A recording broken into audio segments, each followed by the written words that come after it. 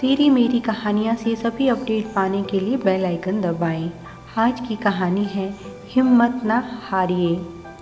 लक्ष्मी, लक्ष्मी, जल्दी बाहर आ, देख तो सही। शंभू ने अपनी पत्नी लक्ष्मी को उत्साह के साथ पुकारते हुए कहा। उसकी आवाज़ सुनकर लक्ष्मी बाहर निकली तो देखकर हैरान रह गई। उनके घर के आगे एक नया चमचमाता ऑटो खड़ा था। लक्ष्मी उसे देखकर खो गई। शंभू ने लक्ष्मी को जगाया। यूं ही खड़ी रहेगी कि पूजा की थाल भी लेकर आएगी। लक्ष्मी ने खुशी से चहकते हुए कहा, अभी लाई, बस अभी आई। जल्दी लक्ष्मी पूजा की थाली ले आई और उसने पूरी श्रद्धा के साथ ऑटो की पूजा की। शंभू ने उसे नारियल देते हुए कहा, यह शुभ काम भी कर दे। और फिर उसके बाद शंभू ने लक्ष्मी को ऑटो की चाबी दी। लक्ष्मी बहुत खुश हुई और उसने कहा, चलो अभी मंदिर जाकर प्रसाद बांट आते हैं। उसी समय उनके बच्चे भी स्कूल से वापस आ गए। लक्ष्मी और शंभू की दो बेटियां थीं, अंजू और मंजू, दोनों जुड़वा थी। जब लड़कियों ने नया ऑटो देखा तो वह भी खुशी के मारे उछल पड़ी और जाकर उसमें बैठ गई। पूरा परिवार बहुत खुश था। आखिर उनके इतने दिनों की मेहनत रंग जोलाई थी।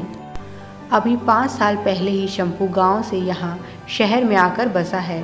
अभी तक वह मेहनत मजदूरी करके अपने परिवार का पेट पाल रहा था, पर उसकी बहुत इच्छा थी कि वह एक ऑटो खरीद ले, क्योंकि वह बहुत अच्छा ड्राइवर था। इसमें उसकी पत्नी लक्ष्मी भी उसका पूरा साथ देती। लक्ष्मी भी आसपास के घरों में काम करती थी और दोनों पति पत्नी मिलकर बचत कर रहे थे। और आज उनका सपना पूरा हो गया। सारा परिवार ऑटो में बैठकर मंदिर दर्शन करने गया। रात को शंभू ने लक्ष्मी से कहा, लक्ष्मी देखना, अब जल्दी ही हमारे दिन भी बदल जाएंगे। मैं बहुत मेहनत करूँगा और हमारी बेटियों को बहुत ऊंची शिक्षा दिलवाऊँगा।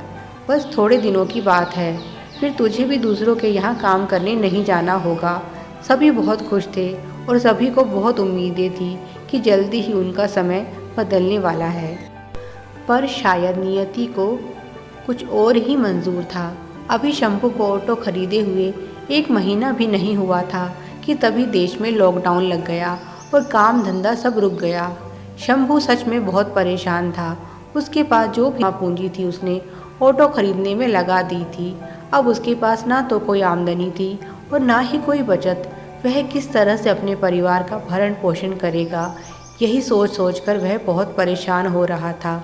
लक्ष्मी अपने पति की सारी परेशानी समझ रही थी, पर दिलासा देने के सिवाय लक्ष्मी के पास भी कुछ नहीं था।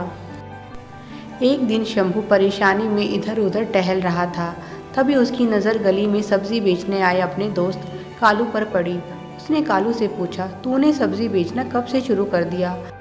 कालू ने बताया, भैया और सब काम तो बंद हो गए हैं, पर परिवार का पेट तो पालना ही है, इसीलिए मैंने सब्जी का ठेला लगाना शुरू कर दिया है। यह अच्छा काम है और इसमें अच्छी कमाई हो जाती है। शंभू के दिमाग में एक विचार उठा और उसने कालू से पूछा, भाई मुझे भी काम की तलाश है, क्या तू मेरी सहायता करेगा इस काम को सीखने में? कालू बोला, इसमें सीखने वाली कौन सी बात है, बस तुझे मंडी से सब्जी लानी है और गली गली जाकर बेचना है। और कालू ने उसे सब कुछ समझा दिया। अब शंभू ने ठान लिया कि वह भी सब्जी बेचने का काम शुरू करेगा। उसने अपने ऑटो में कुछ बदलाव किए और सब्जी बेचने का काम शुरू कर दिया। शुरू में तो उसे परेशानी हुई, पर धीरे धीरे उसका यह काम चल निकला। क्योंकि उसके पास ऑटो था तो वह दूर दूर जाकर भी सब्जियां बेचने लगा और इस तरह से उसकी अच्छी कमाई होने लगी। वह कम दाम में अच्छी सब्जियां बेचता था, इसीलिए उसके जल्दी ही बहुत से ग्राहक बन गए जो सिर्फ उसी से सब्जी लेते थे।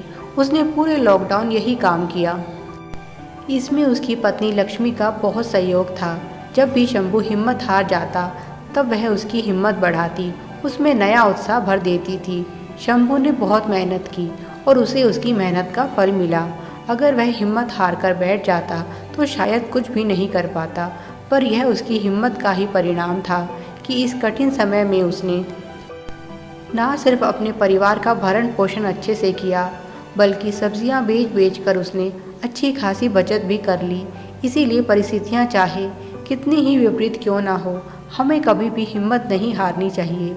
जो विपरीत परिस्थितियों में भी अवसर ढूंढ लेते हैं वही महान बनते हैं। Please like, share and subscribe. Thanks for watching.